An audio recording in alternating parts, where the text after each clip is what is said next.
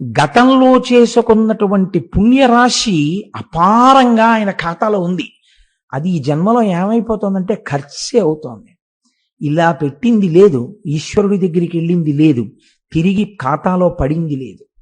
కాబట్టి ఇప్పుడు ఏమైపోతుందంటే ఉత్తర జన్మల యందు దారిద్ర్యమును అనంతముగా అనుభవిస్తాడు. సరికదా? ఈ ప్రవృత్తి లోపల ఉండిపోతుంది.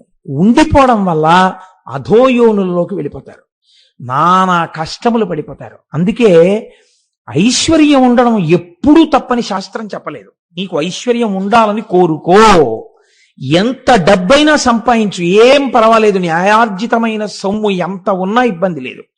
కానీ మనస్సు ఈశ్వరుడి యందుండి భగవద్భక్తుల జోలికి వెళ్లకుండా వినయంతో నీ శిరస్సు వంచగలిగితే నీకే ప్రమాదం రాదు. ఇది తప్పితే ప్రమాదం వస్తుంది. మరి రెండో ఆయనకి గతంలో చేసుకున్న పుణ్యం లేదు, కానీ ఈ జన్మలో ఎందుకు నిలదొక్కుకోగలుగుతున్నాడంటే పట్టుకున్నాడు భగవంతుడి పాదాలు. కాబట్టి ఇప్పుడు తట్టుకోగలుగుతున్నాడు అంత కష్టాన్ని. కాబట్టి రెండిటి వైపు నుంచి సమానంగా వస్తుంటుంది ఈశ్వరానుగ్రహం. ఇది లేదనుకోండి చాలా ఇబ్బందిగా ఉంటుంది. మీరు లోకంలో చూడండి, మీరు ఏదైనా తినాలి అంటే ఏం తెచ్చుకుంటారు? రోజు తినడానికి నెల్లాళ్ళకి బియ్యం తెచ్చుకుంటారు.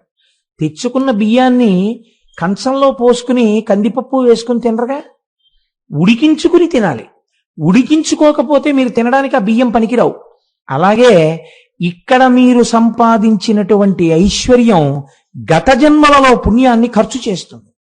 ఖర్చు చేసేసి ఐశ్వర్య రూపంలో కటాక్షిస్తుంది.